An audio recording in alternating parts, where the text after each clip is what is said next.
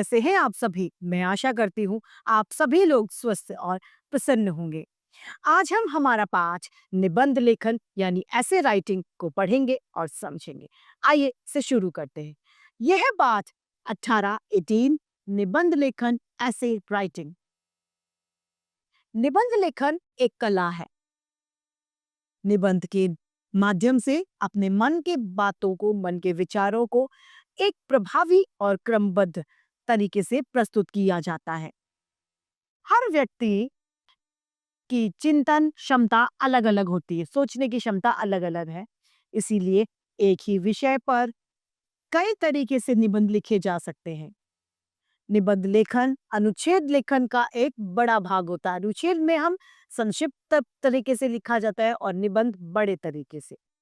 निबंध लिखते समय हमें यह ध्यान रखना चाहिए कि संकेत बिंदुओं को ध्यान में रखकर हम निबंध लिखें। निबंध विषय सामग्री निर्धारित शब्द सीमा के अंतर्गत लिखनी चाहिए, यानी जो सीमा निर्धारित की जाती है, जैसे 150 से 200 शब्द, इस तरीके से जो सीमा निर्धारित की जाती है, उसी शब्द सीमा के अंदर आपको निबंध लिखना चाहिए। निबंध का आरंभ और अंत बड़ा अच्छा आकर्षक होना चाहिए, जो पढ़ने वाले में रोमांच भर दे। निबंध की भाषा प्रभावी और विषय के अनुसार होनी चाहिए। निबंध के वाक्य छोटे-छोटे होने चाहिए और वाक्य सरल वाक्य होने चाहिए। पहला निबंध यहाँ पर उदाहरण के लिए उसने दिया है रंगों का त्योहार होली। आइए हम इसे पढ़ते हैं। संकेत बिंदु हमें दिया गया है होली मनाने का कारण, होली मनाने का तरीका और संदेश। 3 संकेत बिंदु यहाँ पर हमें दिए। यह है भारत त्योहार प्रधान देश है। यहाँ पर बहुत सारे त्योहार मनाए जाते हैं। यहाँ वर्ष में कई त्योहार हर्ष और उल्लास के साथ में मनाए जाते हैं। होली हिंदुओं का मुख्य त्योहार है। यह त्योहार फागुन के महीने में मनाया जाता है। इस त्योहार को मदनोत्सव भी कहा जाता है, क्योंकि इस समय वसंत पूरे यौवन पे होता है। इस त्योहार का एक पौराणिक महत्व भी है।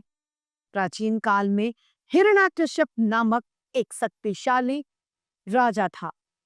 वह नास्तिक था, यानी वो ईश्वर में आस्था नहीं रखता था। स्वयं को भगवान मानता था। वह चाहता था कि लोग उसकी पूजा करें।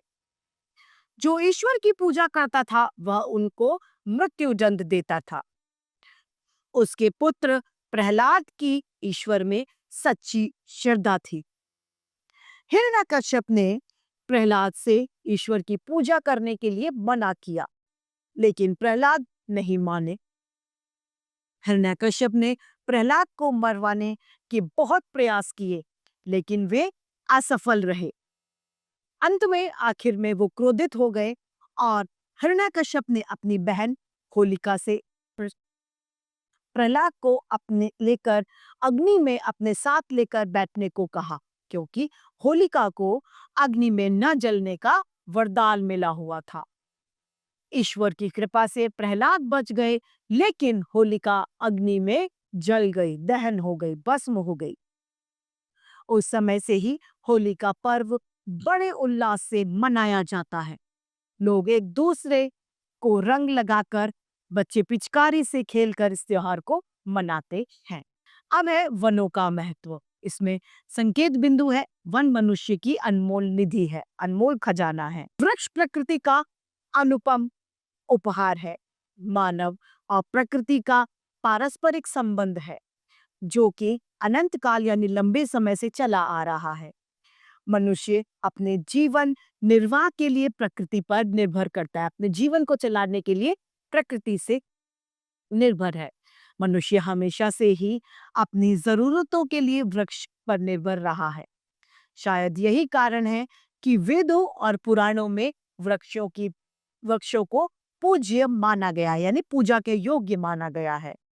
लगभग भारत के हर त्योहारों में वृक्षों की पूजा की जाती है। आज भी मनुष्य अनेक वस्तुओं के लिए वृक्षों पर निर्भर है। आज भी हम बहुत सारी चीजें ऐसी हैं जो पेड़ों से प्राप्त करते हैं। संसार में ऐसी कोई भी सभ्यता संस्कृति नहीं है जो वृक्षों के महत्व को नहीं समझते। वनों में कई प्रकार की वन्य और आदि वासी जातियां निवास करती हैं। वह अपनी जीविका के लिए वनों पर निर्भर करती हैं।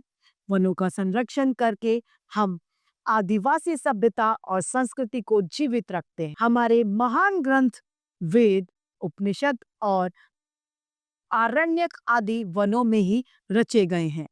महाकवि वाल्मीकि ने रामायण की रचना भी तपोवन में ही की। अतः वनों को हमारी सभ्यता और संस्कृति वनों में विकसित हुई है।